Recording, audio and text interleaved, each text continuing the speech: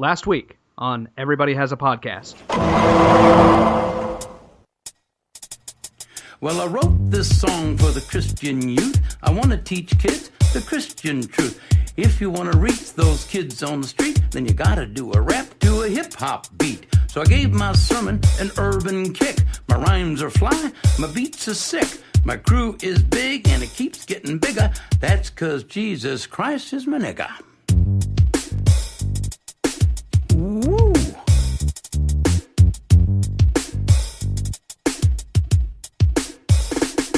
He's a life changer, miracle arranger, born to the virgin mom in a manger. Water to wine, he's a drink exchanger, and he died for your sins. I preach the word, that's my gig, and I rhyme better than Notorious Big. All the other MCs, I wish them well, but if you live in sin, you burn in hell.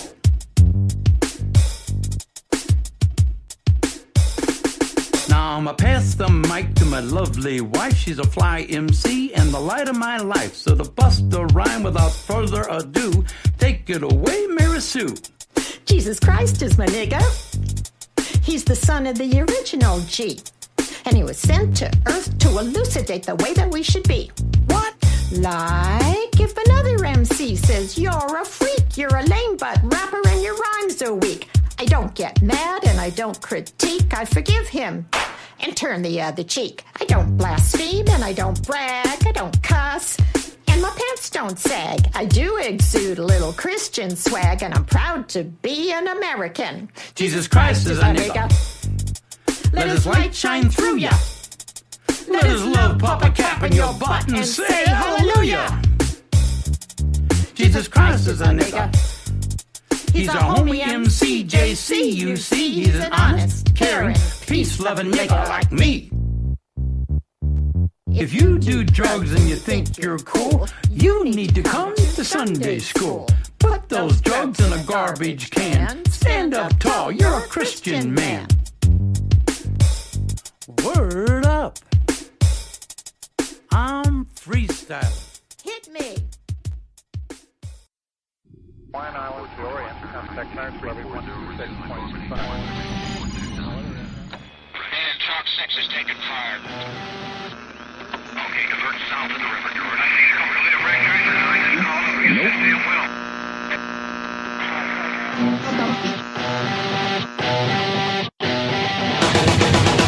Since the dawn of the first age, by the elders it was foretold, a mighty cure that would rise when needed most. Their words would inspire enlightenment among the common. As it was prophesied, it has come to pass. Everybody has a podcast.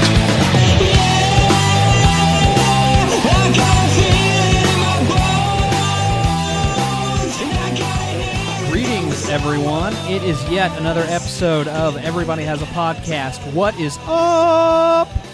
What's up, yeah, boy? I'm Ryan. Joining me, as always, is my life partner, Clark. What's up, man? What's going on, baby? Just being delicious. I know you are. You're scrumptious and delicious and nutritious. And, officially, for the first time, we're welcoming our third member, Mr. Billy Rutherford. What is up, sir? Man, I am just living the dream. Just living the dream, guys. Bill? He's here. He's queer. Get used to it. I have a sign in my car. So how does it feel to know that this is the rest of your life, man? Man, you know, it feels pretty good, actually. It kind of reminds me of when a friend of mine said he got diagnosed with cancer. Yeah? You know? Kind of the same feeling, only not as funny. Scary, but a little excited as to what the future holds? Yeah. Absolutely, because, you know, especially with prostate cancer, because that means you get lots of action. You know? Yeah, like I might not ever have children again. So, or, you know, I'm picking a doctor with small hands. Yeah. This is Everybody Has a Podcast, episode number 14. We're getting up there in the ranks, gentlemen. I'd like to remind everybody, go to our website and check us out at everybodyhasapodcast.com. And the reason I want you to go there is, first of all, we have classy nudes of ourselves up there. Secondly, though, if you look on the right side, there are two ways you can help us out. People, they ask us, actually this early on, you know, we're only on episode 14. That's not a lot in the grand scheme of things, but this early on, people ask, how can we help? Well, I've got 3 ways you can help. First of all, just share us with a friend. Get us some more Facebook likes, Twitter likes. I know you know some horrible fucking people. Let them know about us. I think they would appreciate us. Secondly, this is free to you. I know you guys buy a shit ton of stuff on Amazon. Click on the Amazon link on the top right of our website. When you do that, it sends you to Amazon, and anything you buy, we get like 4% of it. It changes nothing about how you use Amazon, but we get a little slice of the pie. Those are 2 free ways you can help us, and we greatly appreciate it. It helps us grow. We've decided as a group that we're just going to take all this money and we're going to put it 100% into advertising and equipment. So your money goes to help us advertise on Facebook so we can grow even more. Secondly, I'm putting it into a Money Mutual account. I don't know what you guys are doing. We also, Ryan, we also spoke about, right, now that I'm the official third-party member, we're going to keep some for booze and pizza rolls, right? Oh, most definitely. Most definitely. And the Real Doll Fund, right? The Real Doll No, they have to have pizza rolls that have built-in ranch cups. Lastly, we just added this. There's a PayPal link in the right side of our website. We have an option. You can subscribe. You can do $1 a month, $2 a month, or for the premium plan, $5 a month. It just comes out of your bank account. It's through PayPal. It's secure. That's another way that you can just mindlessly help us out. If everybody would just do $1 a month, we got 150 likes right now. You guys have no fucking clue. If each one of you just did $1 a month, that's all we ask. Holy crap, that would be a game changer. We'll send you a picture of us, like you're sponsoring a kid in the football. Yeah. Billy, what do the premium subscribers actually get for their money? Well, really, it's the experience of being a part of the Everybody Has a Podcast family, and also a spicy hangy from Ryan. That's true. That's very true. Only redeemable at Ryan's house. Actually, no. If I have to jack someone off for this podcast, I'm coming over to your house to do it. Ryan, class it up. I said hangy. Sorry, man. Sorry. What's been going on with you guys? Bill, let's start with you, man. As the official third member, what has been happening to you this week? Well, there's a lot of big news stories circulating around, which just kind of really just piques my interest in kind of the social media aspect. It's part of our lives, 10, 20 years ago, we wouldn't have thought it, but now social media is everywhere. And just perusing Twitter and my Facebook, golly, I was going through it the other day, and I was just cleaning it out. You know how you go through that, 6-month purge of people. You're like, how in the fuck am I friends with this person? Right.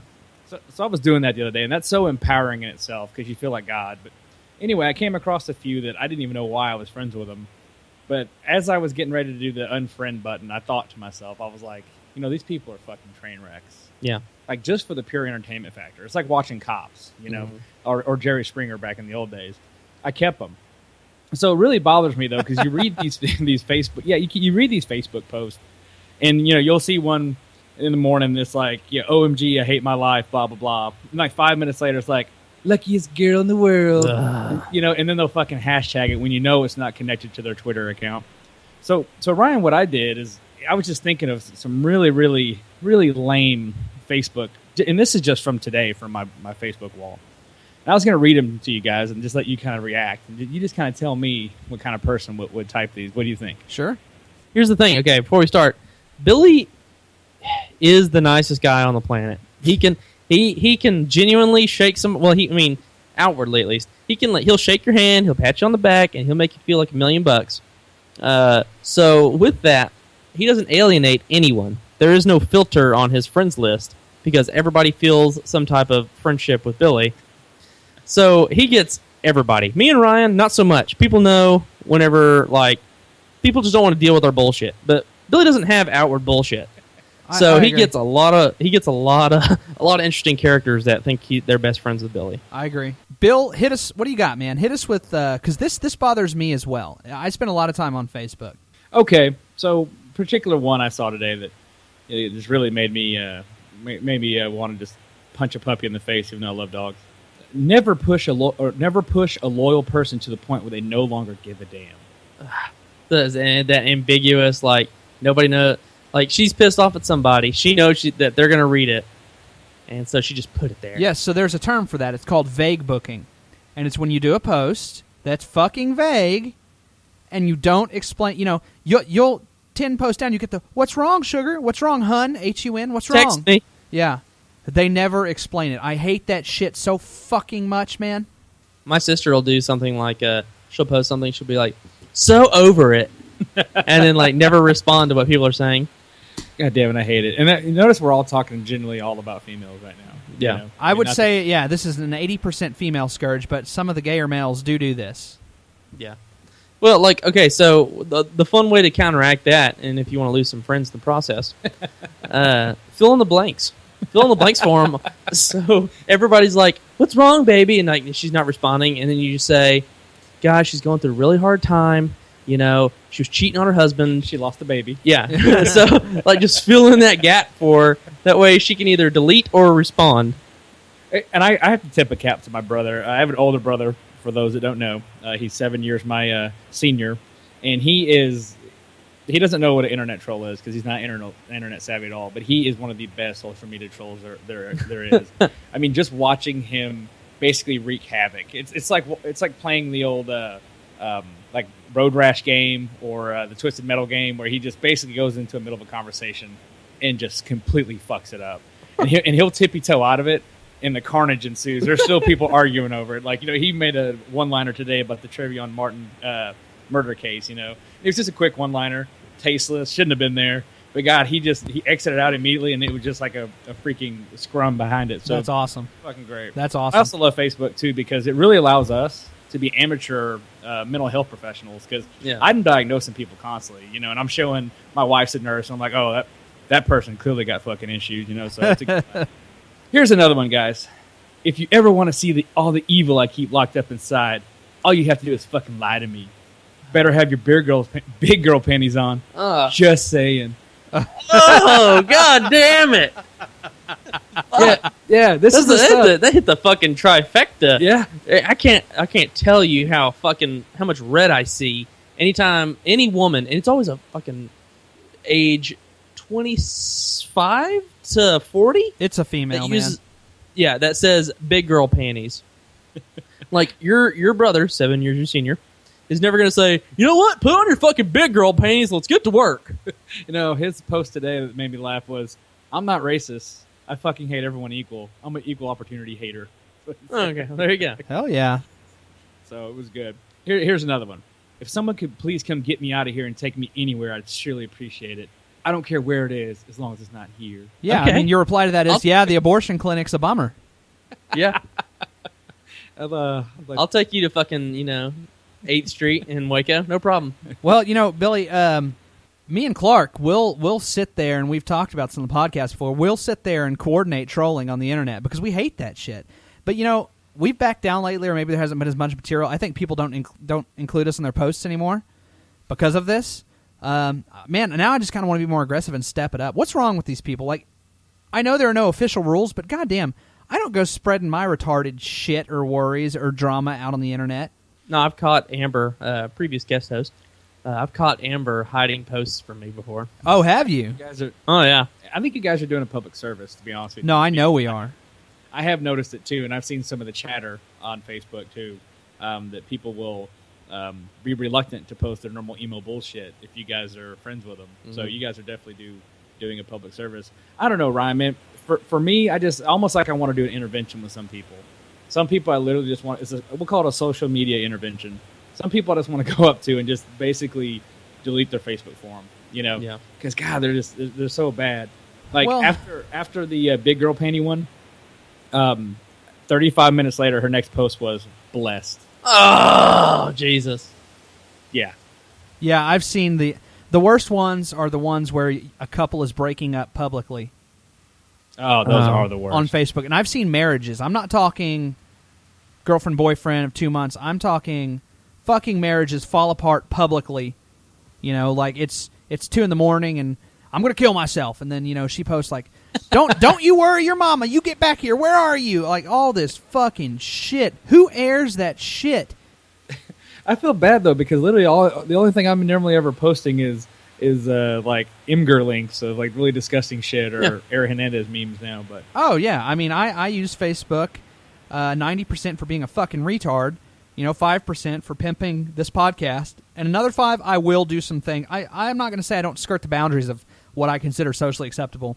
If there's like a politics thing that I agree with, I've been known to post that. But honestly, after I post it, I'm like, man, I feel like a fucking dick for doing that. Like, that was stupid. I think the Facebook posters fall into 3 categories. I think they fall into people like us who post 99% of the time to get a cheap laugh or a witty comment.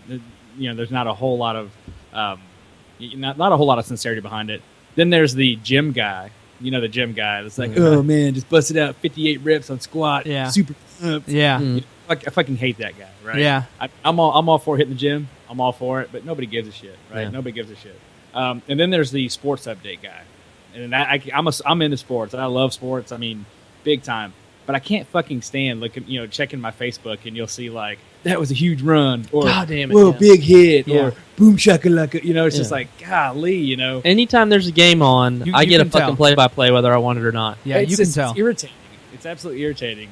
I think some people think Facebook's like a way of texting. That's the only thing I can. Nowadays, our phones, our smartphones will allow us to do a mass text. So why not just do that instead of put it on Facebook?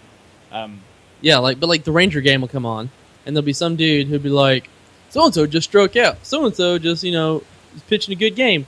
And I always just reply back, I too have basic cable. Yeah, I just hashtag everything sports. I'll reply to that and just do hashtag sports. So what are you like? Pick out what is your most hated. Don't name them, but your most hated type of Facebook poster. The type of it. It's most definitely the vague booking, and it's always from a female. It's a beating. People will ask them what's wrong, and they won't fucking reply with what's wrong. It drives me insane, man. I hate the overly... Okay, well, mine's kind of too. Like, hate the person that's overly emo about everything. Like, my life sucks. But then I also hate the person who's overly happy. Yeah. It's like, too blessed to be stressed. Like, no, you work at a $9 an hour part-time job, Yeah. and you're buried in student debt. And, I'll tell you what else is hilarious, and I'm not saying that I'm not 20% this, but it's the person who makes $8.50 an hour, but they're always posting about motivation and goals and dreams. And I'm like, I can't stand that. You've made $8 an hour for the past 5 years, and I know you're not going to school, and I know you're not trying to better yourself. So shut the fuck up. Yeah, and that's always also that same person is always overweight and talking about how they're hitting the gym super hard come Monday. Like, no pain, no gain pictures all over the place and shit. You're just like, God damn it. Why is it the most fucked up people that always want to basically give unsolicited advice on Facebook? It's always the fucked up people. The gym one. The gym one I'll give a little bit of an exception to. If it motivates them or keeps them going, I get it. Now, it's at our cost. I've done gym posts before. Like, if I was getting in the groove, I get it.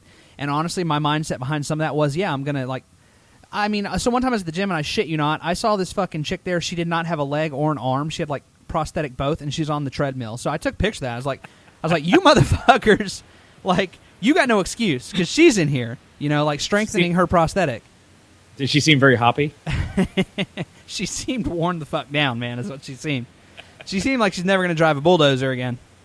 And she needed a spot. Yeah. I kind of get that one, but it is annoying.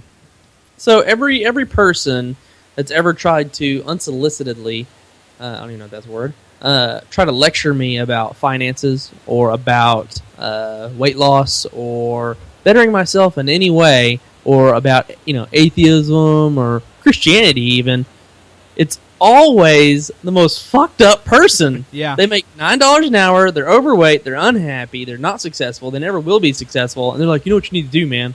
Like, what? It's going to be just like you. Somewhere there's somebody listening to this podcast that makes $9 an hour. They just got done posting a inspirational comment on Facebook, and right now they got a 12 gauge in their mouth. Well, yeah. Look, you know what I'm telling you? You can do it, buddy. there's nothing wrong with making $9 an hour. Everybody has to do that at one point in their life, But at one point. let's not fool ourselves, and let's not pretend here. We need to understand we're making $9 an hour, and that's fine. But what's our clear plan to move forward? And I'm not talking about posting motivational Instagram photos on Facebook. That's not how you move forward. Let's fucking bust our ass a little bit and get off Facebook, and let's better ourselves. Let's do it. Well, the guy who's making $120K a year doesn't feel the need to get on Facebook at 2 o'clock in the afternoon. Right. He doesn't need validation from other people. That's what all these people are seeking, is validation and attention. It's exactly what it is, Ryan. It's validation.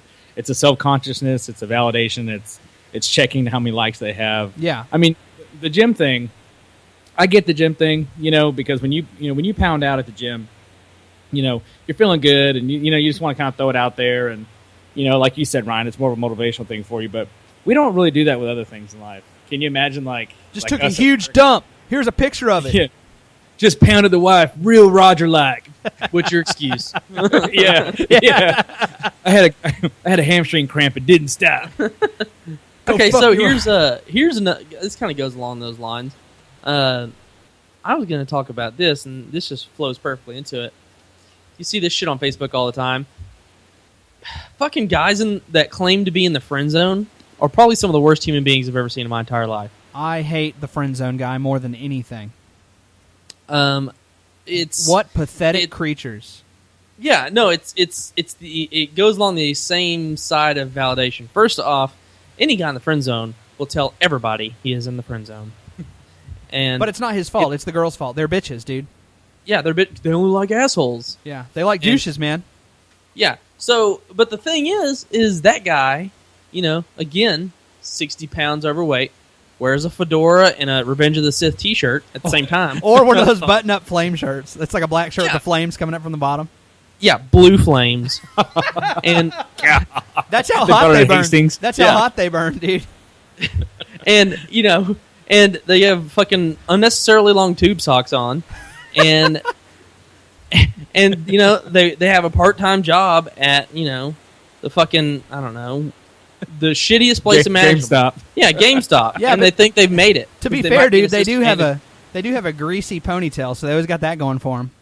Yeah, well, and they're in a bowling league too. With that getup, with that shirt and the socks, they gotta be bowlers. Yeah, but it's the girl's fault for not liking him because he's such a sweet guy, and then he turns around and calls the chick a bitch or whatever, and then he calls the guys that are getting the chicks assholes and all this kind of stuff. I'm sorry, dude, but Brad Pitt, I know this is a bad example because he's a fucking celebrity, but Brad Pitt, by all accounts, he's a pretty nice guy. I don't think he's probably an asshole. No. However, he is not in the friend zone. No, and never will be. Dude, George Clooney, consistently regarded as one of the most generous human beings. He spends all his time in working in Darfur and all this shit. One of the most handsome men on the planet. He ain't gonna get friend zoned by anyone. Well, and I think that there's that.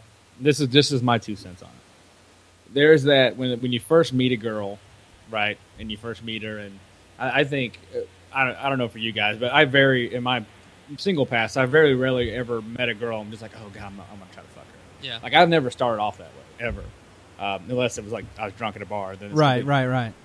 But you just get to know them. You meet them. You're nice to them. Get to know them a little bit because I don't care how hot somebody is. If they're a douche, they're a douche, right? Mm-hmm. But once they're cool, right, and that kind of that initial friendship is established, you have to shut that shit down quick. You have to show them that there's some edge to you. Yeah. Mm-hmm. That may be something as easy as just an off-the-cuff kind of a inappropriate statement, but it's kind of just, tongue-in-cheek, but, she hears it, and you have to switch gears real fast in that. Yeah.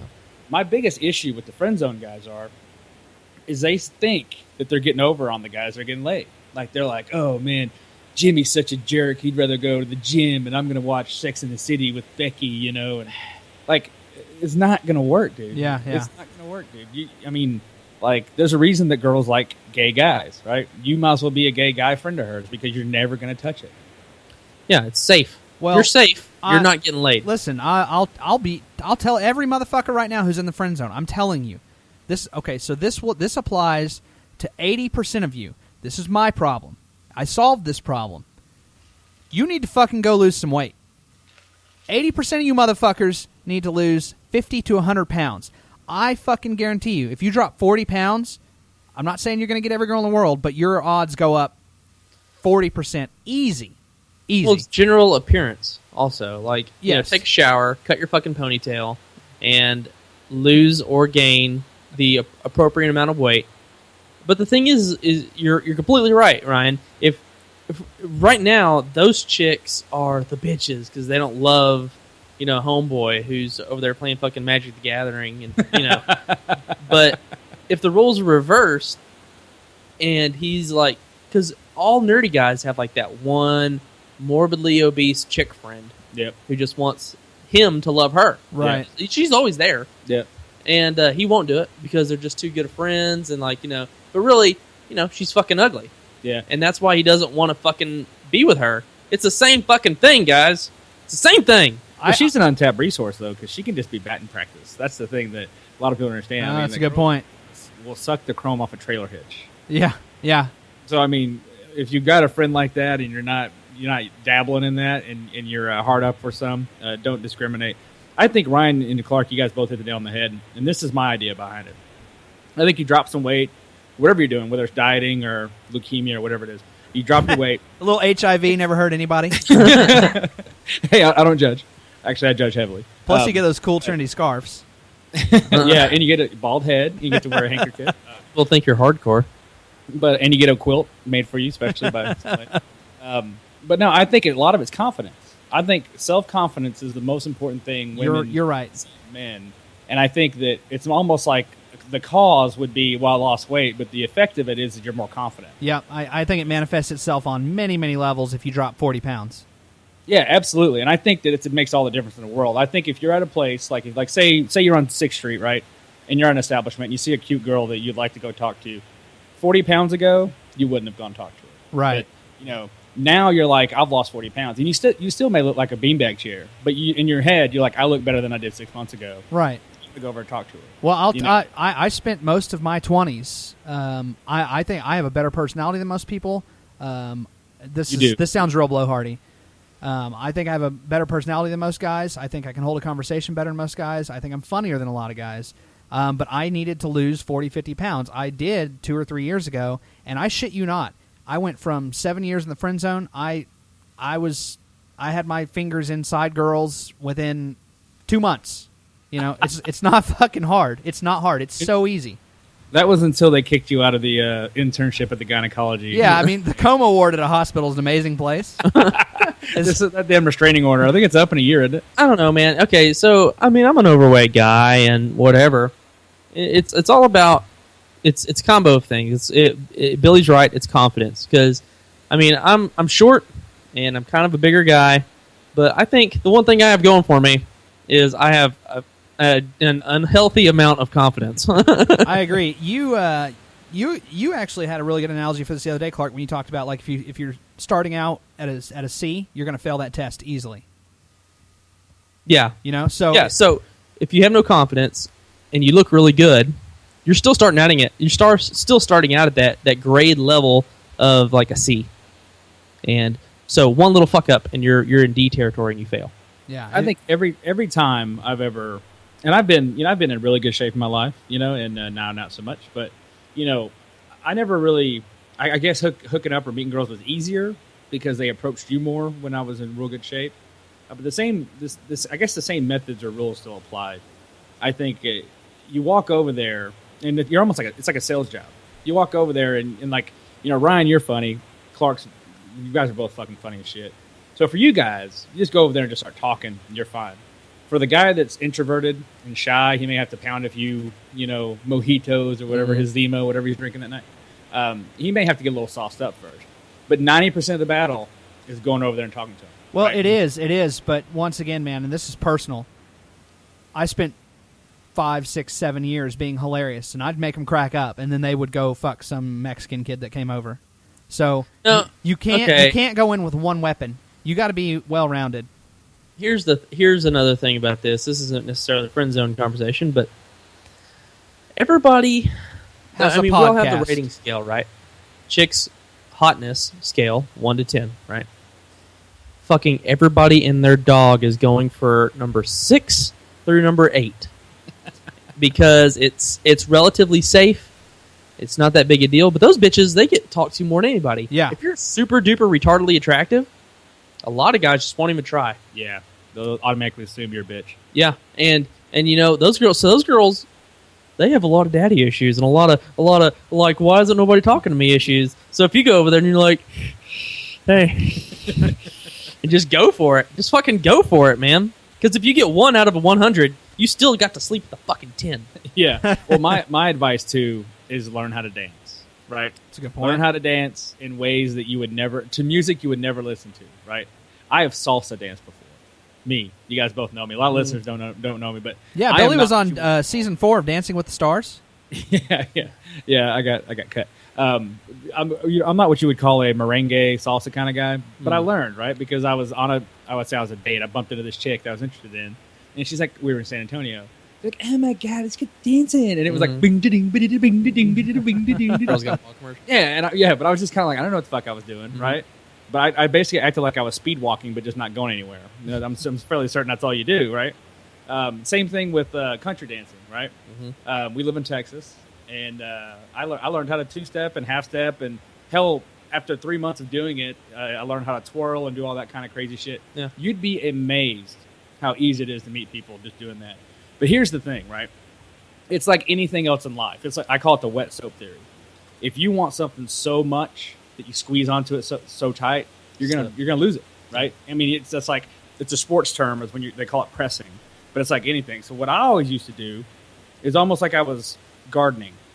I would talk to as many girls as I possibly could, you know, and never lines. I would never, give lines, and my rule is I never bought girls drinks either, because every other guy in the world does that. Yeah. Right. So you need to differentiate yourself immediately. So I'd walk up to them, and if they're like, "Hey, why don't you buy me a drink?" I'd be like, "Well, I don't do that," you know. But you still talk to them. You don't be a dick about it.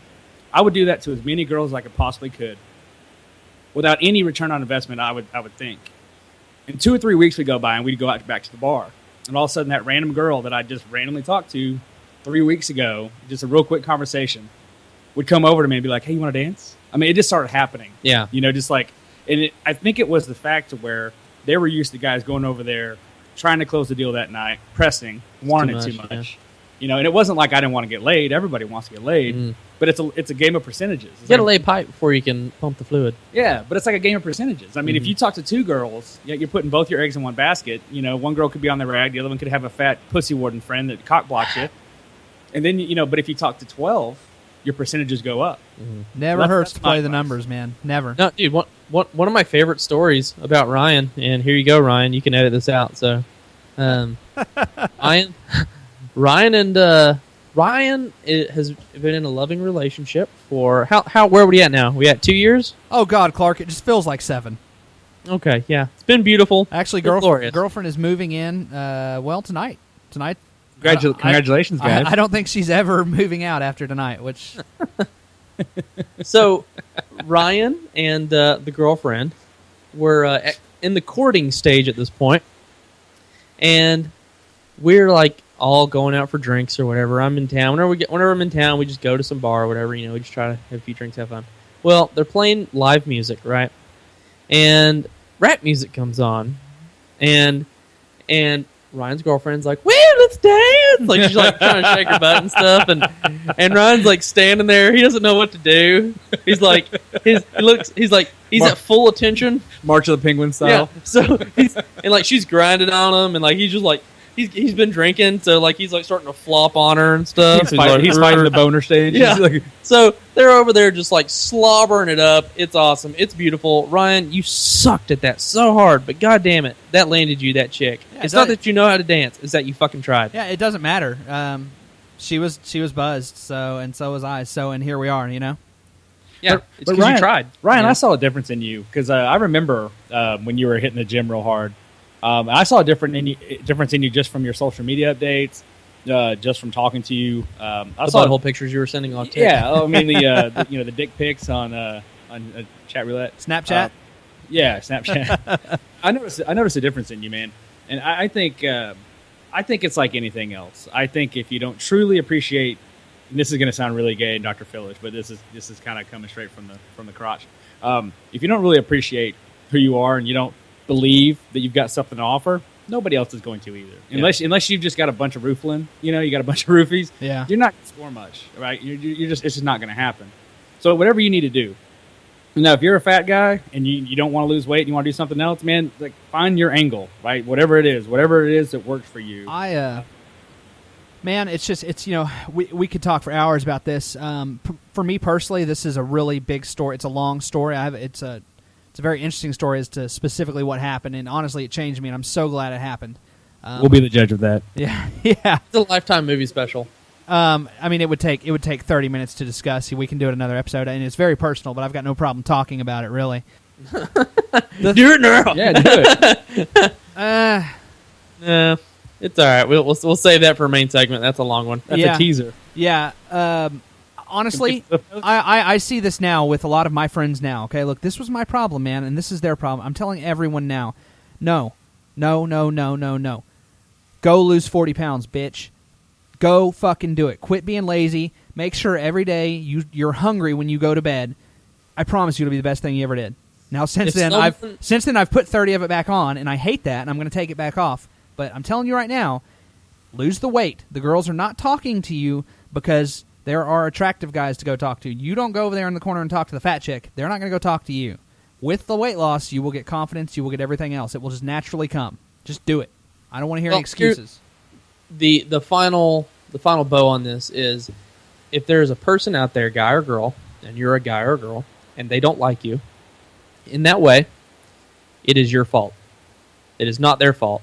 If you want to get them, fix something about you that you don't like, even if it's just to give you confidence. But it is your fault at the end of the day. I agree, but with that, you need to go into an attitude of, I'll put X amount of work into this, but at the end, I'm worth more than wasting my fucking 2 years on this person. You know? I'm going to, if I need to better myself, I'm going to do it, but if this person ultimately rejects me after a few months of work, I need to move the fuck on. You need to have that confidence, too. 2 months? Jesus, that's a long time. Well, I'll whenever. If it's your soulmate and you really want to marry this person, sure, put some effort into it. But look, man, if they're not going to respond, move the fuck on. You need to start off with that level of confidence. Well, you never want to be with somebody unless they love you more than you love them. That's an important rule. That's a whole different. That's my 30-minute personal episode we'll go into. I think the moral of the story here is, guys, get back into shape, get laid, don't be afraid of rejection, just keep asking. And then after you actually you find that girl and you're happy with her, then you get fat again. So yeah. The circle of life. That's what I did. I got down to about 230 and was looking rather appetizing for the ladies, and then my wife went ahead and fucking Steve Irwin me and corralled me, and she plumped me back up. She slammed her stinger right for in your instance, today I got home from work, took a nap, and I woke up and there was Dairy Queen waiting for me with a s'mores blizzard. Nice. So it's almost like Hansel and Gretel. I feel like she's fattening me up so you can cook me. Oh yeah, well she wants you nice and plump, so no other bitches. Yeah, she wants me not appetizing. Yeah. Cut to a scene of us like out on the rock, like in The Lion King, where we're holding up a bowl of queso. The problem is she can't put a cat up on my swag. Gentlemen, we could honestly wax on for hours about this, and I want to wrap this up by saying we started off with talking about the types of Facebook posts. I've actually thought about, I want to do a skit or a bit on this show, whatever you want to call it, where we pinpoint people who make these stupid fucking posts, and let's call them during the show and ask them why they did that. Like, let's rail into them and ask them why they were so inconsiderate to other human beings. Why would they answer the phone? Well, we just message them and we'll say, hey, can we give you a call tonight on the show? You want to be on our podcast? I bet you they'll probably say yes. We grill them. We cross-examine them on their Facebook. Yeah. It. We need to do more social justice segments, most definitely. Something needs to be done. These people are out of their fucking minds. Speaking of something that needs to be done, there's a new game I'd like to play on this show, gentlemen. I thought we'd pop the cherry on this one. The game I would like to play, I've got the questions and the answers here on my end. You guys can play. This is called Band or Brew. I've noticed living in Austin that someone you meet is either going to be in some ironic hipster band with a horrible name, or they're going to own, work at, or enjoy ironic hipster microbrews. And either way, it's like a vegan. You're going to find out about this. It's just so annoying to me. And I've noticed they sound very much the same. So the game we're going to play tonight is Band or Brew.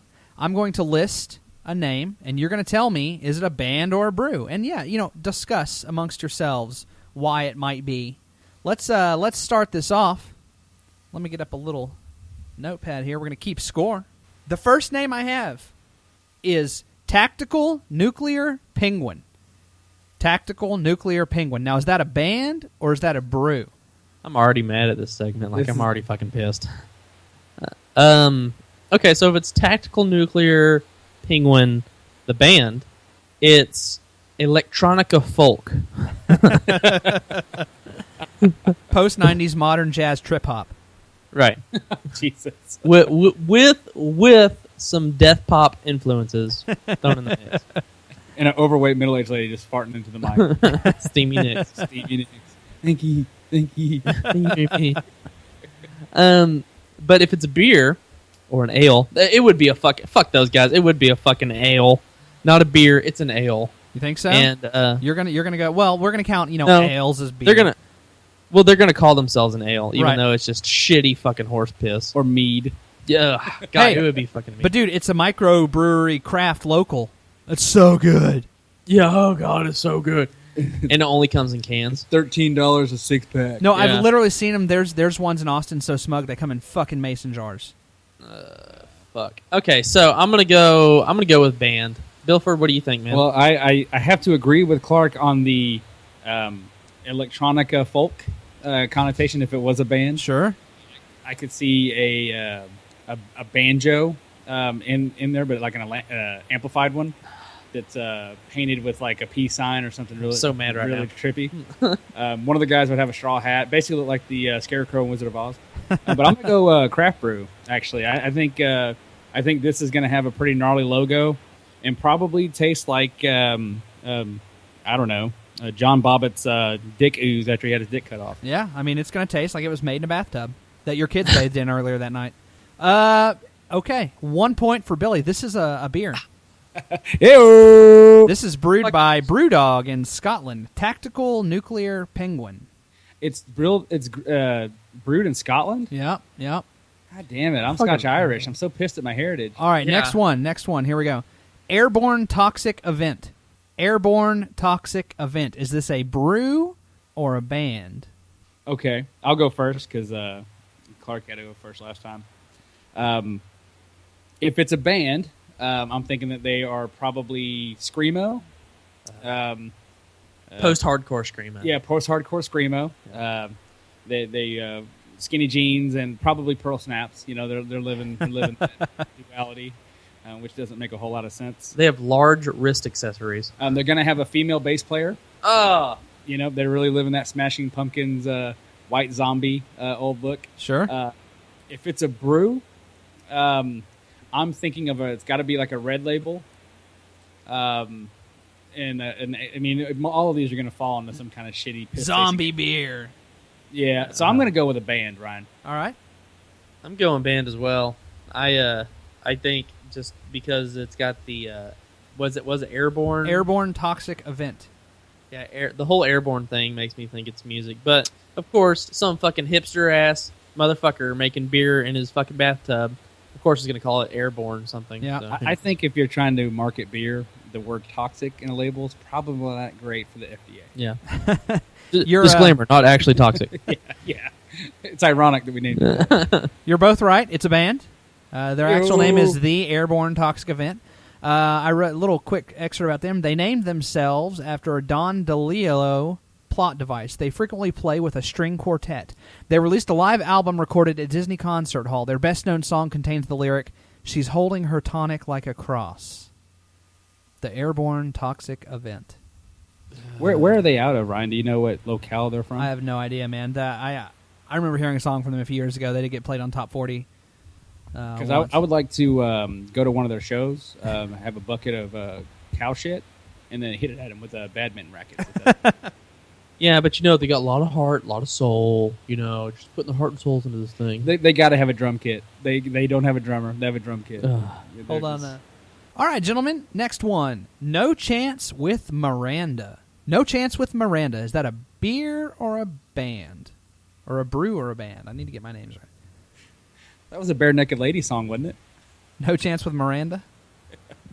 I don't Good know. nerd. Oh, that's not. All the that's- Mirandas I know always put out, so that's an erroneous name right off the bat. Yeah, it's like saying no chance with Gertha.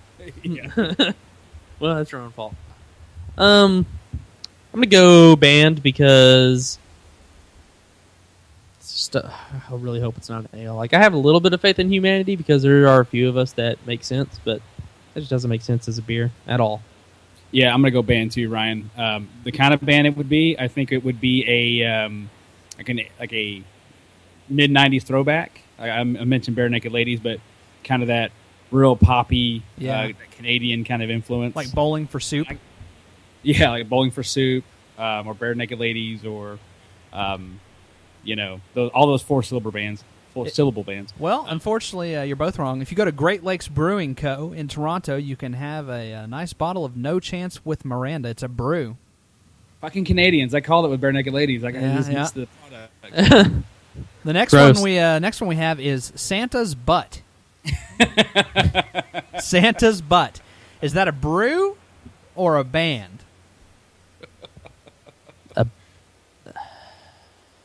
Something happened. Like, there's a reason. I hope it's not. Please don't let it be a beer. I don't want to drink from Santa's butt. I'm thinking it's got to be a beer, but there's a part of me, the inner child of me, that wants it to be a band. Well, it's not like the real Santa either. It's the mall Santa.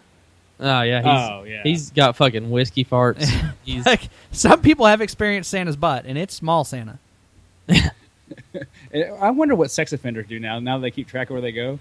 Because I'm assuming they used to play Santas in Christmas, but what do they do now? Do you think that there are guys out there that are such sexual deviants, just fucking perverts? Like, sure, we all have things, and everybody's like, oh, okay, well, that's just their thing. But no, like, there's that one guy that's like, everybody's like, ugh. What kind of things do you have, Clark? Yeah. Well, I'm getting to that. Do you think that there's one guy out there that just sniffs mall Santa seats? Like it's closed down, he got a job seasonally at the mall, everybody's gone, the seat's still warm, and he goes over there casually mopping and just gets a huge whiff of fucking Santa ass? I don't think there's that guy's been in there 12 hours. He's been in the hot seat for 12 to 14 hours. In the Phoenix Mall where the AC doesn't work well. I don't think there's a guy like that's his thing, but I guarantee you there's been a janitor or two who's putting up the chair for the year. It's like January 3rd, he's putting the chair up, and yeah, he's taking a little, maybe just run his fingers across the bottom and get a little whiff. Definitely. I picture 4 Hispanic janitors when they all got 20s out, and they're like, do it, Emilio! Do it! Yeah. Oh, he did it! Oh, you sick fucker! Oh, you assholes! Okay, fuck my life. Are we going band or brew? I'm going band. Going band? Band. Bilford? Go brew. I'm going brew. All right, Billy wins it again. This is a brew from the Shelton Brothers Brewery, Santa's Butt. I never win any game, ever. All right, next one. Pomplamoose. Pomplamoose. Is this a band or a brew? Band, because somebody just really enjoyed saying that. Pomplamoose. Oh, I'm gonna go beer. I'm gonna go craft beer. Right. It's one of those names that's probably got a gnarly logo. Yeah, like seasonal. Yeah, it's probably all logo and no beer. Mm-hmm. Clark's gonna take it away on this one. Pomplamoose is a band. Natalie Dawn and Jack Conte, the real-life couple who make up Pomplamoose, seem to epitomize everything about too ironic, too precious, and too self-conscious indie pop. I've never liked a single woman that I've ever met by the name of Natalie. I've never liked a single band that the husband and wife were in together. That's a good point. Yeah. Always. Unless it's like the music teacher couple at school. Well, yeah. Yeah, playing Wild Thing on our keyboard. All right, next one. Moose Drool. Moose Drool. Is this like a satanic band, or is this a quirky craft beer? This is a craft beer for sure. The reason it's craft beer is because it's got fucking moose. It's Moose Drool. I'm gonna drink Moose Drool. I don't know. You think it's a seasonal? Yeah, I'm 26, but I'm way over this fucking generation. It's like it has to make sense to me. I've got bad news for you, bro. It's not. It's like 40-year-olds who are still doing this shit. Well, they got to have something else to drink when they're not drinking PBR. Yeah. What are you going for there, Bill? I think I'm gonna go band. I could play it safe and disagree with my my colleague here, Clark, because I actually agree with him. I think it's probably a beer, but I'm gonna go band. I think Moose Drool is probably let's go band. Okay, all right. Well, hey, Clark just tied the game up. It is a beer. It's a brew. Moose Drool Brown Ale from Big Sky Brewing in Missoula, Montana. Yeah, it is. All right. That makes sense to me. And if you're listening, send us all the free samples you want. Next one, White Rabbit. Now, that was a very famous song. Actually, one of the trippiest goddamn songs. I like that song. White Rabbit. Is that a band or a brew? Brew. I'm going to say brew because I think it's a pretty effective labeling tool. It sounds pretty brewy. Yeah. I'm going to go band. Bilford's going to go band. It is a band. Fuck! Yeah, I think their probably major influence was the song White Rabbit, but their music is nothing like the actual song, so that's ironic. The description I got from this band is if you think all that extra bashing makes bands' music more interesting, then you must love Brooklyn's White Rabbits because they've sometimes employed 3 drummers. Fucking no. That's too much. This is the world we You're live not in. Slipknot. You can't do that. This is the world we live in, man. Too Okay. much. Like, what does one guy play all the high notes on the drums? The other guy plays the bass drum, and the other guy, I don't understand how that works. Okay, I googled White Rabbit beer, and there is a whiterabbitbeer.com.au. I'm just saying, I'm not here to win. Hey, it's a good point. I'm just here to verify your sources. Are you asking for partial credit? I'm asking for half a point here. All right, we got 3 more here. Okay. Dog Blood. Dog Blood. Is that a band That or is a brew? Band. That's metal as shit. I'm going beer. I'm going to go beer. Fucking asshole. It is a band. Yeah! Damn it. Clark's tied it. Electric Fuck. rock Google band. dog for beer. Electric rock band Dog Blood comes to us via Skrillex's OWSLA label. Their set is a pretty wild time. No, fuck those guys. Anybody who associates themselves with goddamn Skrillex can go kiss my ass. Who was it? The Doors? Did anybody see the Doors partner up? Was it the Doors that partnered up with him? Yeah, I saw that video. It was bad. Minus Jim Morrison or what? Well, yeah. Dead as fuck. So, like Skrillex, for those who aren't out to just piss themselves off on a consistent basis, Skrillex, if you can Google him, has half of his head shaved, and not in a cool way, not like Fifth Element cool. Like he fucked it up.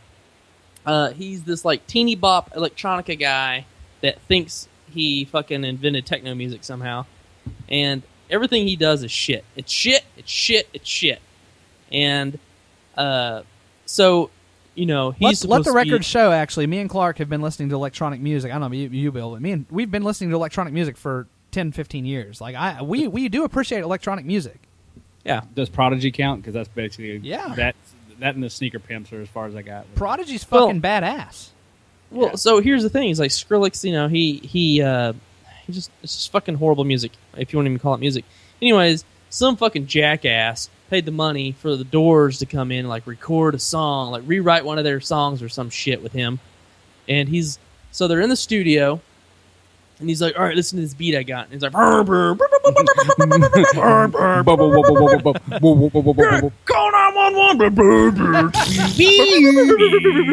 Yeah, and the fucking look on the Doors guys' faces, they're like, "What the fuck?" It Well- sounds like C-3PO getting a hangy. They're Yeah. trying to fake it because their whole thing going into this probably is, look, they're probably like, look, I know I'm probably not going to fully understand this music, and as a musician, I respect that there's different stuff out there, and they're like, so we're going to go into this with a very open mind, and we're going to collaborate. I'm sure that's not the first time they've had to go out of their comfort zone and collaborate, but you see on their face, you see their heart just sink. They're like, oh, well, this is total shit, and they probably just went and put a fucking revolver in their mouth that night. Yeah, well, Like Black Sabbath and Bieber. yeah. Just don't fuck with the Doors. So yeah, well, like okay, so the Doors guys are there, and Skrillex finishes his little sample or whatever. He's like, "It's awesome, huh, guys?" And they're like, "Yeah, we'll work on it."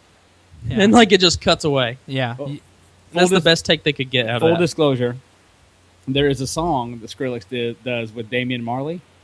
It's called Burn Them Up, or actually it's Burn Dim Up, but I don't speak Ebonics. I'm a successful white person.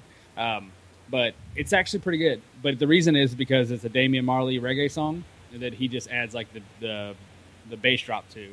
And the only reason I was ever exposed to it is because it's in the Far Cry 3, the video game, where you burn down the marijuana fields. Okay, then I've heard it. I don't remember it, but I've heard it. I played through that game. That's a pretty good game.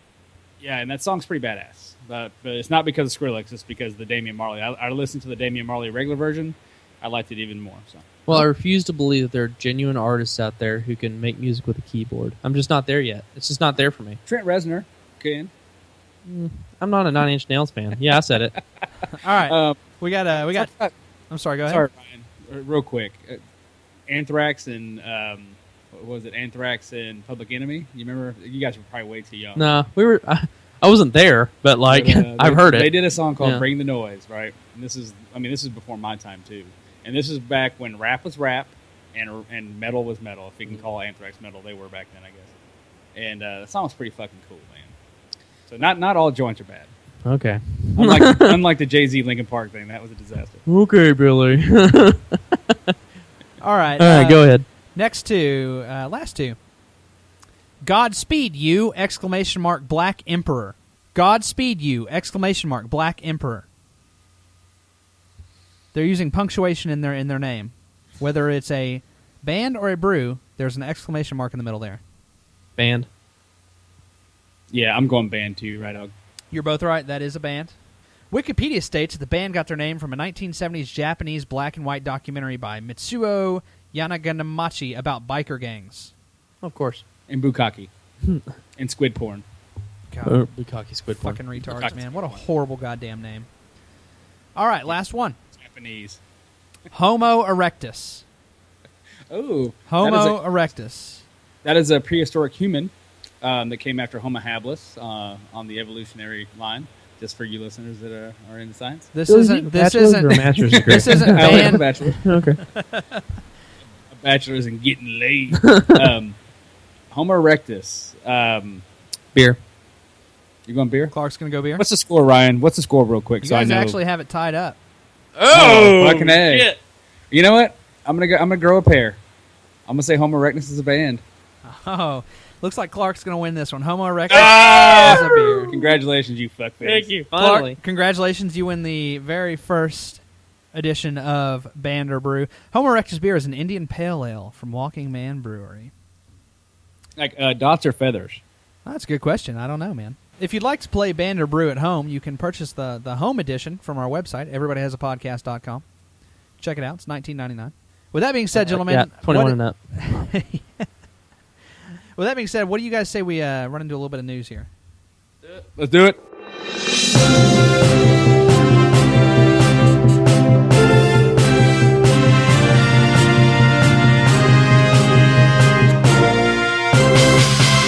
First story, guys. This one really got me riled up pretty quick. We are probably going to go for a while on this one.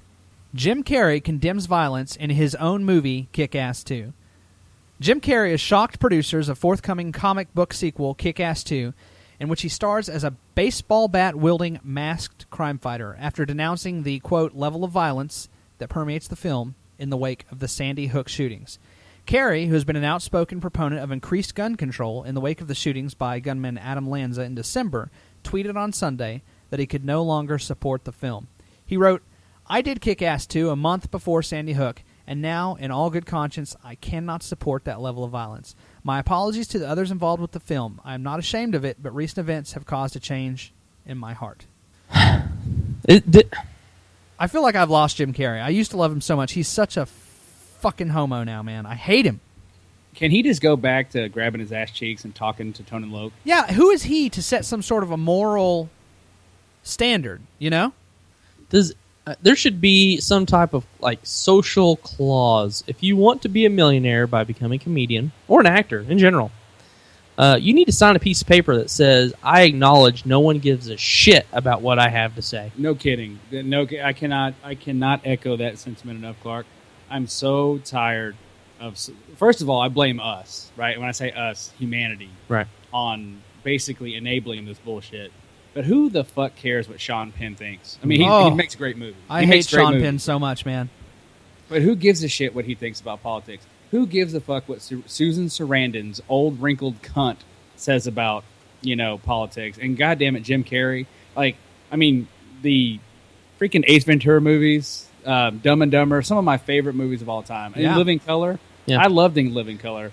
I mean, we used to watch constantly. But there's a part of me that's dying inside with this crap. I mean, because he cites Sandy Hook, right? Mm-hmm. Like, that's the first time a gun has ever killed somebody before. He's just becoming such a big pussy. Yeah, well, like Jim Carrey did not denounce his role as Fire Marshal Bill, because he caught on fire and shit exploded all the time as Fire Marshal Bill on In Living Color. Yeah. After like 9/11. Yeah, he's never told anyone to not buy the In Living Color Season 3 DVD. Yeah, and shit's caught on fire before.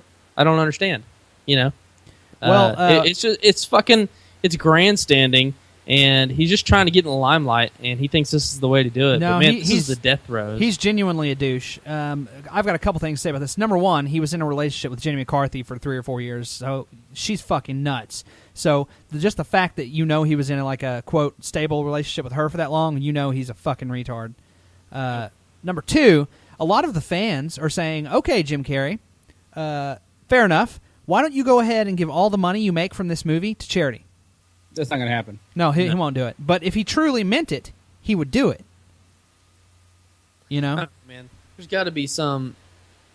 Okay, so obviously this is not bad publicity for Kick-Ass 2. This is great publicity because this movie's fucking violent. It has Jim Carrey in it. Like, it's going to be neat. Yep. You know, nobody gives a shit. This is actually the first movie I've been excited to see Jim Carrey in a while. Yeah, me too. Well, nobody's ever going to say, you know, I was really excited about Kick-Ass 2, but then Jim Carrey said he can't support it because of Sandy Hook, so I can't watch it. Like, nobody's ever going to say that. People are sheep in general, so there will be a small amount of the population that'll be like, "Oh my god, I'm not going to see that." Blah blah blah. Well, I don't think it's Netflix, and they can do it in their own privacy of their own house for free. It's just total bullshit, right? I mean, and you hit it. It's grandstanding. It's self-righteous crap. It's celebrities do this. They get loaded, right? They get all the money they want in the world, and they feel like they should stand for something. You know, let's not forget how this fucker got famous. Right, Yeah. He got famous because he's weird looking. And he can make his body do a bunch of random shit, right? And he said a funny "alrighty" then. This dude was given birth out of a mechanical rhino on screen. Yeah. That was hilarious. It is. I mean, but it kills me to admit this. It'd almost be like Mitch Hedberg coming back to life and becoming a douche. Because the comedian Mitch Hedberg. Genius. Huge fan of his material, right? Like it's almost like a sacred part in me. And if he were to come back and do this, because Jim Carrey had this same kind of thing. But you know who also really deteriorated, and not necessarily politically, but just career-wise, was Adam Sandler. Very similar. Made terrific movies. Yes. And then just got rich, and it all went to shit. Dude, I think The Wedding Singer is genuinely one of the best movies ever made. It's fucking hilarious. It has his stupid humor, and it's really just a great movie. A lot of heart, a good story. It mocks the 80s perfectly. Yep, well written. Well, dude, I mean, it's like you said, it's about money will make you fucking lazy, and well, at least a lot of people. So every time these people are fucking hungry, they fucking go and they have to make a good movie in order to fucking make more money. But once you get to that point where you have enough money, then you make like, you know, what's the movie where Don't Mess with the Zohan. Yeah. It's terrible. Then he doesn't give a shit that it's terrible because he has enough money to where he has his own like production company or some bullshit. You know, it's so stupid. Well, that's why even in sports, the great times were whenever people were like Babe Ruth and all that crap, and these guys were not fucking rich. They were like indentured servants that were allowed an apartment to live in, and people reference that still to this day as the best time for sports because these fuckers had to get out there and fucking play their hearts out or they weren't going to fucking be anywhere. Dude, Babe Ruth and Mickey Mantle, I'm not a Yankee fan, but Babe Ruth and Mickey Mantle are considered some of the best baseball players that ever walked the earth. And they did not die mega rich. No, half the time they worked 2 jobs. They showed up to the park hammered, smelling like some broad's pussy they pounded right before they went on the field. And they went out there and did it, right? They were manly men. I do have to think, though, Ryan, here, switching gears back to Jim Carrey, that there's got to be a contractual clause in his studio agreement to make this movie where he can't give any negative publicity to this movie. So I think and it depends on what the studio wants to do. I don't know what studio produced it. I'm excited for this movie. I'm going to see it. If I wasn't, I was going to see it regardless because fuck Jim Carrey, right? Well, the first Kick-Ass was tight. You know, and I'm ashamed to admit it. When I saw the previews for it, I'm like, I'm not going to see that. That's bullshit, right? But I saw a movie with the girl that's in it. What's the girl's name? Chloe Grace Moretz. Yeah, I don't know what her character's name is. But I saw a movie on Netflix one night, middle of the night. Came home after going to the bar with the wife, and she passed out, and I wanted to watch something on TV. It's called Let Me In. It's a vampire movie. Yeah. She's in it. So that's a remake of a Swedish film called Let the Right One In, which, in my opinion, it's one of the best vampire movies ever made.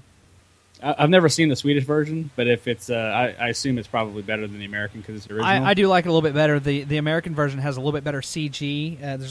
But yeah, check out the Swedish one. It's a very, this could sound very artistic and gay. It's a very quiet movie. You know.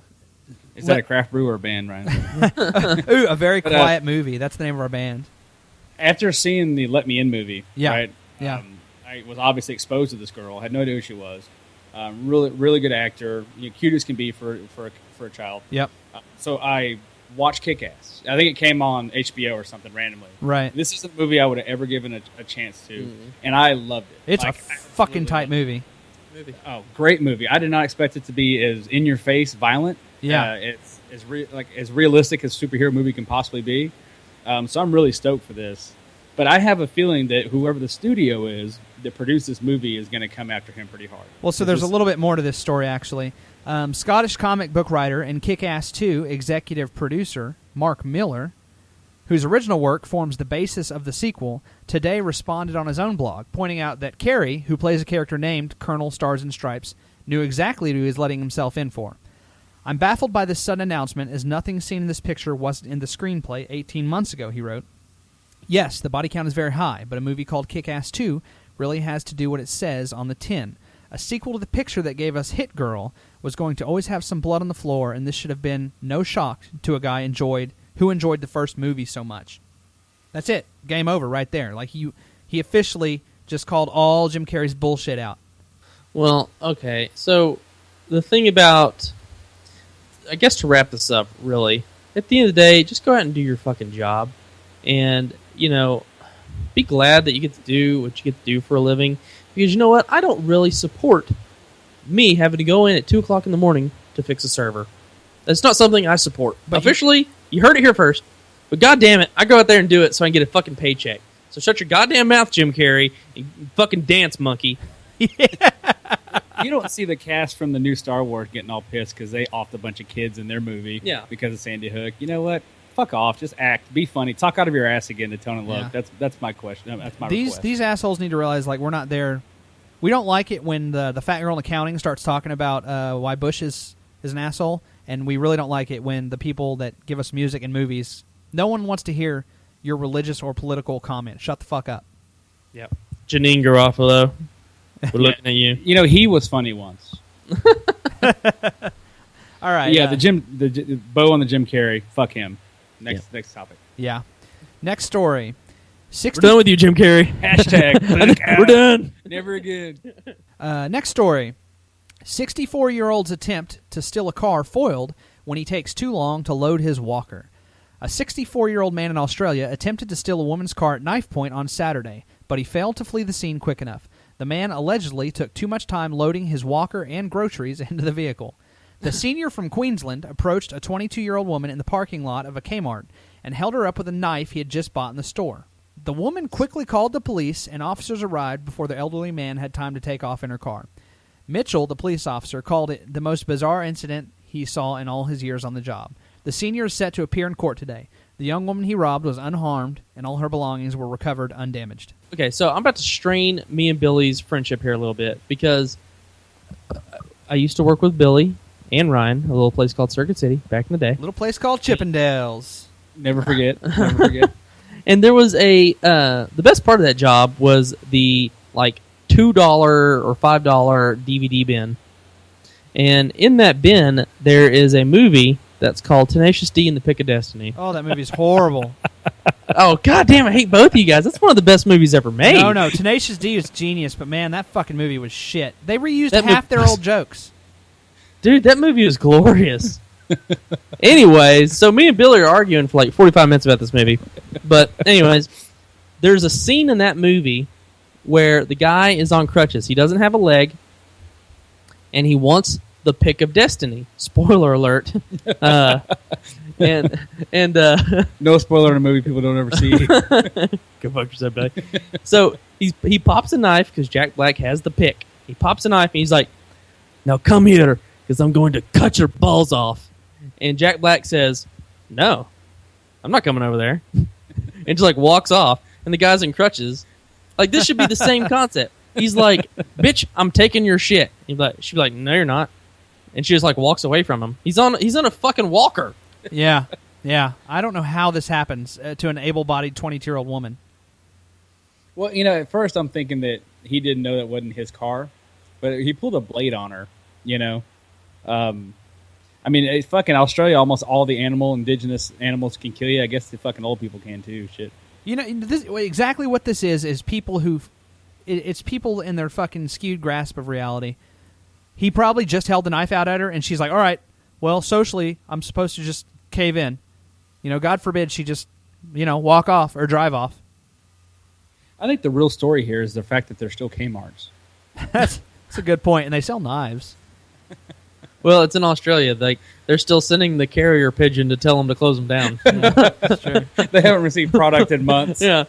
They're selling like dingo pieces. No, I mean, okay, so if an old person approaches you with a knife, they probably have dementia.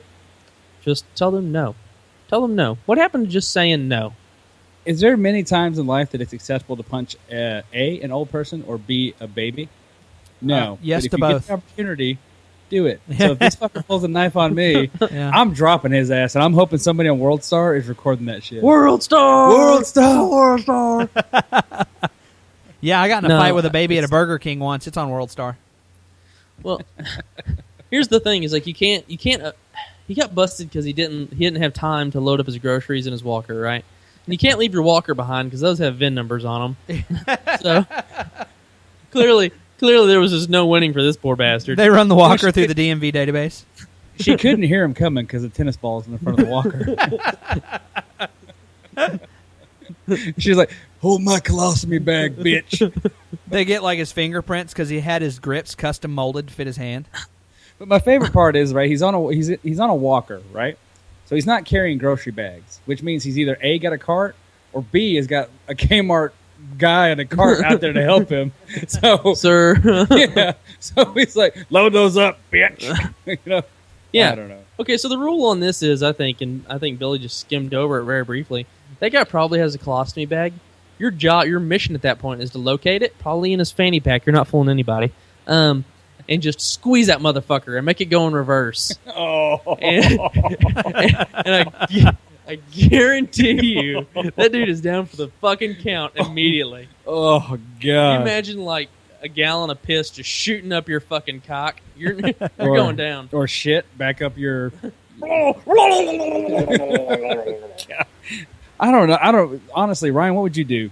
Like, say you're walking out of Whole Foods after buying your $80 cake, and some old fucker comes up to you in a walker. Well, and I would reach into my man satchel, and I would pull out a water bottle, and I'd spritz him and tell him no. Like a cat. Yeah. You get, old guy, you get. He would furiously blow his rape whistle. Don't let him lie. I'd pull out my pink taser, and I'd show him what's up. And I would make him listen to Wilford Brimley talk about how he needs to check his goddamn beatus. I would. I think he's probably the kind of guy. If this is an idea he had, you could probably say, "Is that Dick Clark over there?" And he'd be like, "Oh!" And it's going to take him like 20 minutes to turn around. He's in a walker. They have to like go forward and then reverse and then turn. It's definitely a 16-point turn when you're in a walker. Clark made a really interesting comment. He's got a knife. What danger are you in? He needs to be assisted walking. Yeah. So you take 3 steps back and 1 to the side like you're playing chess? Yeah. You're out of his danger zone. Just throw a stick in front of one of his fucking tennis ball things, like you said, Yeah. and like he can't progress. He's trapped. Like take 1 step up the curb. That's a good point, man. Make a Steve Irwin joke, and that'll just really rile him up. All right. Next story here.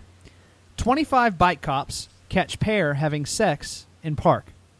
A pack of 25 police officers who were participating in an Upper Darby bicycle school for cops were shocked when they rode up on a man and a woman having sex on a bench near the baseball diamond at Naylor's Run Park yesterday afternoon, said Upper Darby police. Around 4 p.m. yesterday, the bicycle cops were finishing up their daily ride in Naylor's Run Park. They had passed by the kids on swings and the people on the tennis courts, and then they rode up to the baseball diamond, where they were startled by a man and a woman who were participating in a different kind of aerobic activity.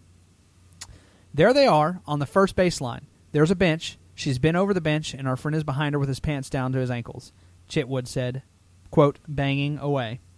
I don't know if you guys have seen the picture of these two people. It's horrendous. Yeah. Oh, it's bad. It's amazing. First off, neither one of them have ever been on an athletic field in their entire lives.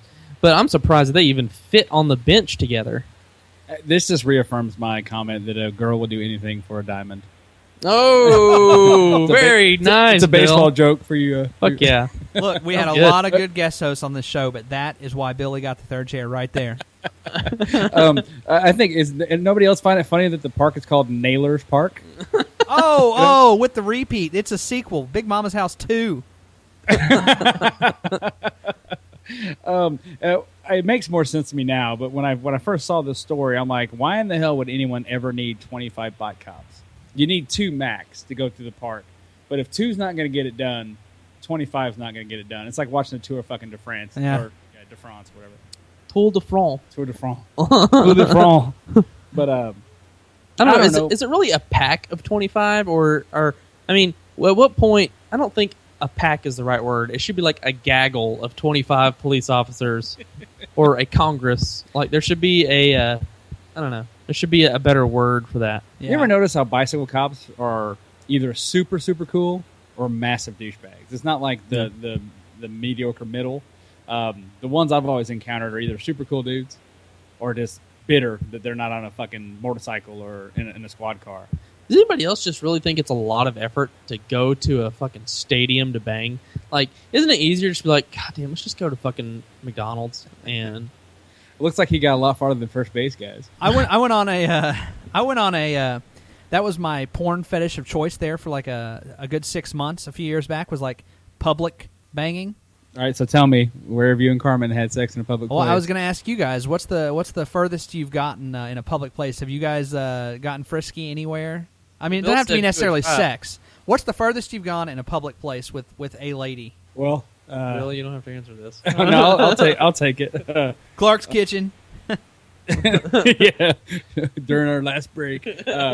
No, I got roadhead one time in the back of a vehicle with about 8 of my friends riding in it, and they had no idea. Oh, are you sure? I have no idea how they didn't know. Just going so tired to lift my head. We were coming back from Westfest, and we're in the very, very back of like the suburban seat like a ridiculous amount of people, and we're in the back, and all of a sudden it's like zip, and then for some reason our friends that we rode with had a blanket. So the blanket immediately goes over her head. Oh, right? I envisioned you pulling the Letterman jacket over her head. It wasn't that romantic.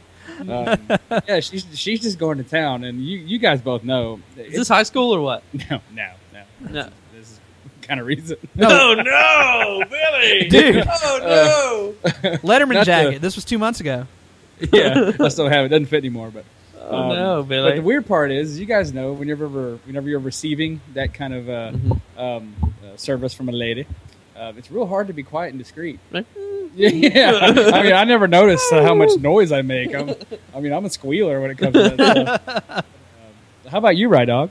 I have had her pants down finger action in one of those IKEA model showers. Oh God! Damn it! You might as well, because you never put the fucker together. No, like in the store, like people literally 5 feet away, but curtain, shower closed. And there was the Swedish meatball. How did you talk your girlfriend into doing this? Just never really gave her a choice. This is happening. Either way, That place is big enough to where I'm fairly certain you just get lost. They always have those. This wasn't one of them, but they always have those like little sections where they're like, they're like, because if anyone's never been to IKEA, they have little mock rooms they set up, and it's really badass because you go into these and it's set up perfectly, and you're like, I could totally live in a 200 square foot apartment in New York. This looks badass. I could totally live here. But when they're building these new little mock rooms, because all that store is just a bunch of little mock rooms. It's like a maze. Yeah, a lot of times they'll have them like off limits. There's little construction tape up. You could easily sneak it. I mean, this wasn't what we did. You could easily sneak in there and bang. I mean, it's And they have dollar hot dogs and dollar ice creams. It's like an adult Six Flags. Yeah, man. I love IKEA. It's so badass. Me too. The first time I went reluctantly. Did it not blow your fucking mind? Dude, it was like the Wizard of Oz. I was skipping through all the little aisles. Yeah, it's so fucking tight, man. Clark, you ever been? No, I'm planning on hitting it up in a couple, maybe in a couple months. Oh, Dude, yeah, it's dude, you badass. need to come to Austin, man, and we need to do that. It's fucking sweet. And they've got dollar hot dogs and dollar ice cream and Swedish meatballs. And their showers smell like fucking vag. But I will say this: that place it's set up like a maze, right? And everything's written in like Swedish, like all the names for all the shits in Swedish, So that's fun in itself. Like there's a Billy. They have like a Billy assortment of shelves and random shit. I want to see this food in Hagens. Yeah. Is But, this like, chair coming magic? the first time I ever went, like I had a few beers. I had road beers on the way down there, Right. Because I went with a couple buddies of mine. So I was getting lit when we got there. Plus, you The got only- Roadhead on the way down there. No. Of course, apparently now in episode 9, that's the second Roadhead story I've told on air. Same lady. I married her, obviously. But I was in that place and I had to piss like nobody's business. You know how that sudden like beer piss, like they just hit you. It's like fuck. Yeah, I mean it's like sudden too. Like you've been pounding beers all day and you're like, I'm good. And then Did you like piss in one of the model showers? No, but like I stopped. There's no drainage. I stopped one of the people and asked them. I'm like, "Hey, where's your restrooms?" And they're all like in a polo shirt and stuff. And I half-assed expect them to talk Swedish to me, but Yeah. they're like, "Well, if you follow this down and you take 4 lefts," and they're like, so seriously, like I'm like a little kid lost in like a fucking Tractor Supply superstore. I don't even have those. Why didn't I just say Walmart? But I'm walking around trying to find the bathroom, and I'm literally minutes from pinching. Like, to the point where, that awful, if you pinch, there's already enough piss in the shaft to where you have to find a bathroom or you're still going to piss yourself. And I finally, like, went through, like Ryan was saying, like this little area, burst through this wall, and I was in this cafeteria. And like, all these families and stuff are staring at me, and I've got my hand on my junk. Yeah, but luckily that's where the bathrooms were too. But moral of the story is if you get drunk before you go to IKEA, make sure it's whiskey and make sure you piss before you go in. Well, Clark? okay. Here, now your turn, sir. Well, I've got a couple. I'm pretty risque, but I think my biggest one was at Ryan's house.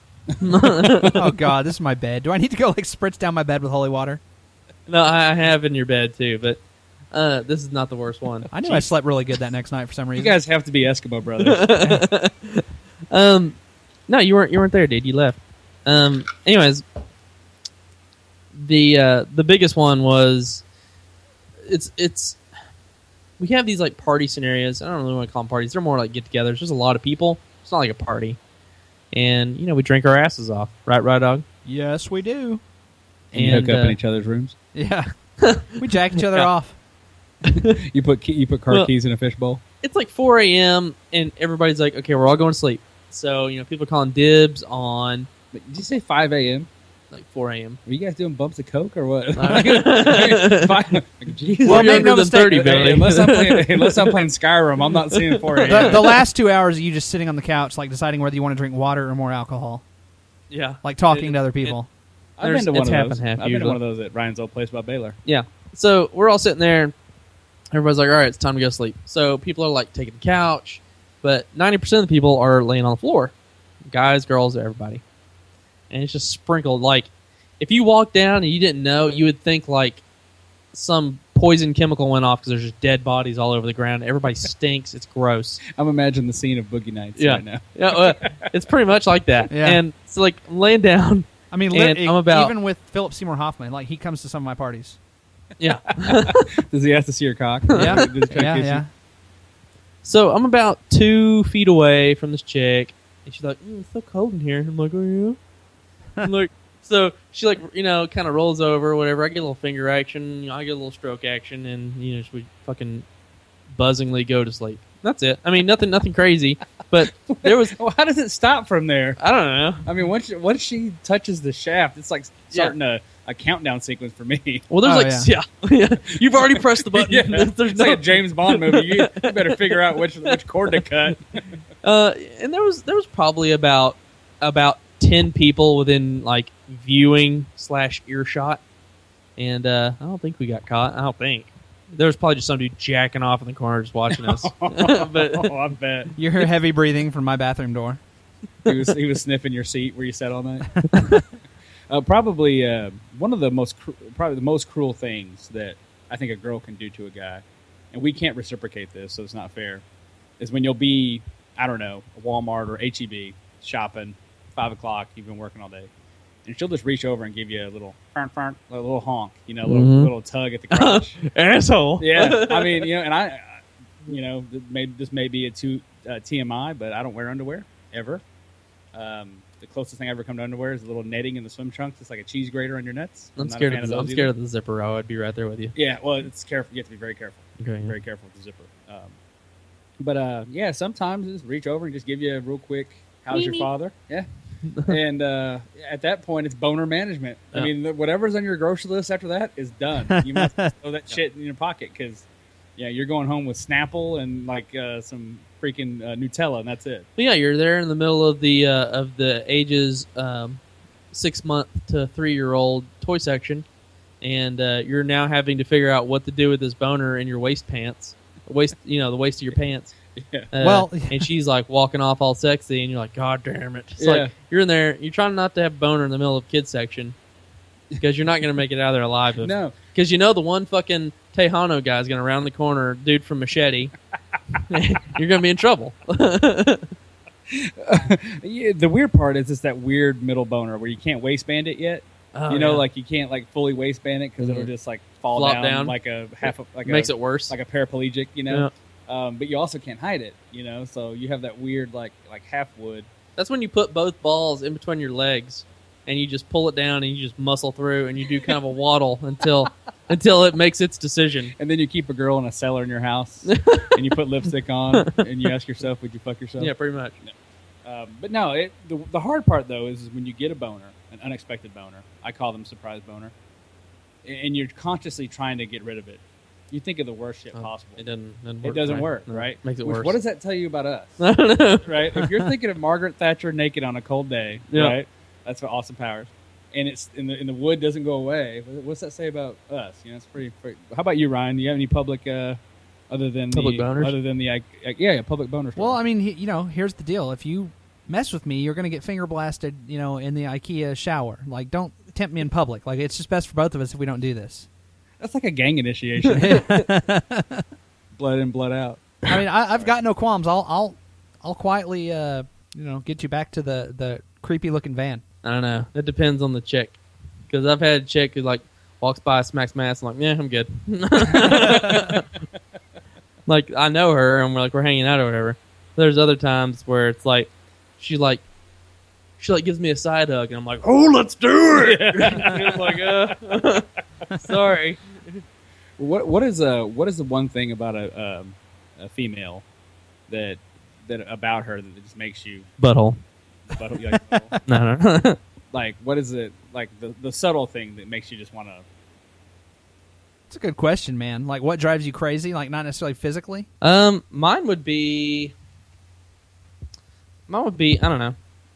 I'm big into flirting, so if she's kind of giving me that little smile, you know what I'm saying? That little, the smile. Like I can't. Like, I just tooted and no one knows. No, just that little like I'm gonna fuck you smile. Yeah, maybe. All right, guys. Maybe that was a little bit too much TMI. Who knows? Who cares? I'd like to thank everybody for listening to us. We really do appreciate it. It's good to have a third member on. We got Billy. I think we got a good team. I'm pretty excited about what we've got going on in the future there. Check us out, everybodyhasapodcast.com, facebook.com/everybodyhaspodcast, twitter.com/everybodypod. Share us with a friend, please. It's free. That would really help us out. Get us some more listens. Before we go tonight, we want to play you out with a song from one of our friends. If you remember, I think it was 2 or 3 episodes ago, we got to interview Gemini Rising, the team behind Gemini Rising. Righteous Jolly, who is the lead in the show Gemini Rising, also has his own band. It's called Syrah. It's backwards for Harry's, which I think is pretty badass. Check them out. Facebook.com/Syrah Band. This song is called Succubi. Tune in next week where we have to ask Billy to leave due to his debilitating chapstick addiction.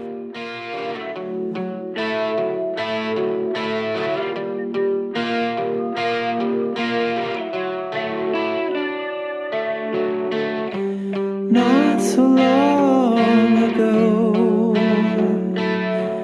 in a bar not far away, I saw you sitting on a high stool, and I just wanted to say, not yet. So I sat across the bar, I bought you a shot and a beer. And as I got my nerve up, I walked on over to you, and I whispered in your ear. I said, would you let me stick my tongue in you while you close your eyes? Would you let me stick my tongue in you while you close your eyes. I thought I blew my chance. I saw your eyes light up, and I almost walked straight out of the door.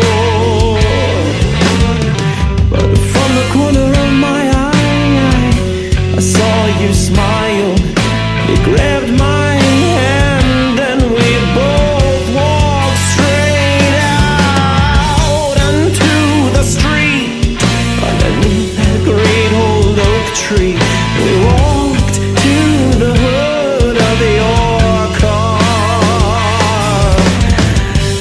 You lied back, I didn't say another word. I knew how well, how long, how far. Let me stick my tongue in you while you close your eyes. Let me stick my tongue in you while you close your